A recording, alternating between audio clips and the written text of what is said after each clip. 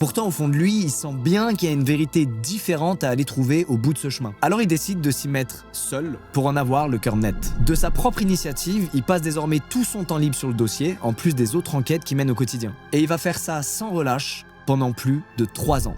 David veut tout savoir de cette famille pour faire éclater la vérité. Il se met alors à éplucher tous les dossiers et tous les registres concernant David Brown. Il veut savoir quelle vie mène cet homme qui semble si peu affecté par le meurtre de sa jeune femme.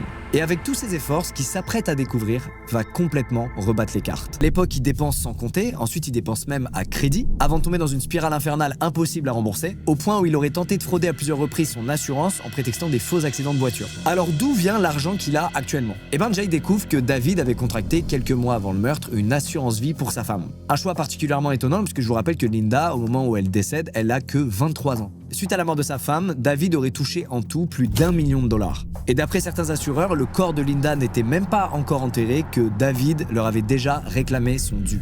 Alors est-ce que les juges et les enquêteurs face à eux ont réellement vu un homme endeuillé? Ou est-ce qu'ils ont plutôt vu un homme motivé par l'appât du gain? Pour Jay, c'est une évidence, le mobile du meurtre était financier, mais personne n'a su le détecter.